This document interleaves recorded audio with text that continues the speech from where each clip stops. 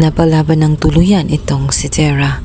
At dahil nga sa marami ang kanyang kaharap ay nahihirapan din siya, lalong-lalo na at may hawak nga si Olga na brilyante ng apoy.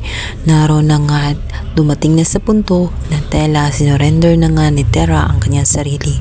Subalit sadyang hindi pa nga niya oras dahil agad naman siyang na-rescue ng kanyang pinakamatapang na Ashti. Walang iba kundi itong si Perena.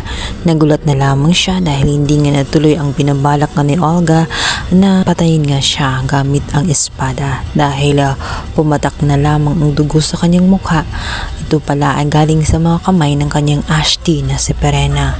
Buong tapang siyang pinagtanggol at hindi ito papayag na mawala ang kanyang buhay dahil alam ni Perena na siya ang kailangan para nga tuluyang mapalaya ang mga tao sa Encantadia. Buong tapang at buong lakas na ipinagtanggol ka ni Perena ang kanyang hadaya. Ang tuluyan naman yung nagapi itong si Olga.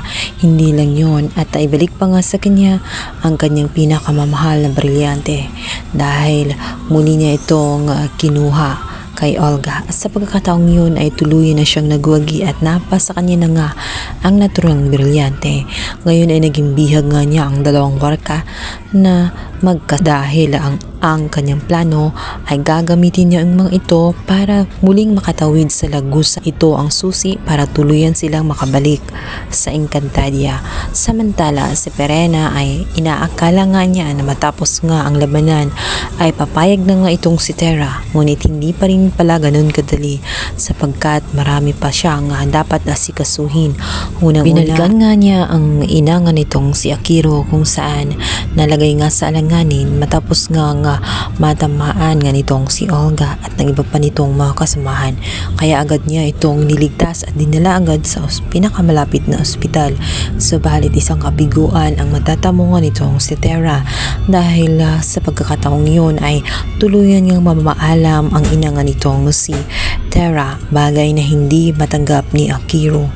Naiinis itong si Akiro dito kay Terra dahil hindi siya tumupad sa usapan na babalik na lamang sa Encantadia at tuluyan na nga lang sumuko, ngunit hindi agad ginawa nga nitong si Terra, kaya naman marami pa ang nasaktan at tuluyang nawala nga ang buhay nga ng ina nga nitong si Akiro.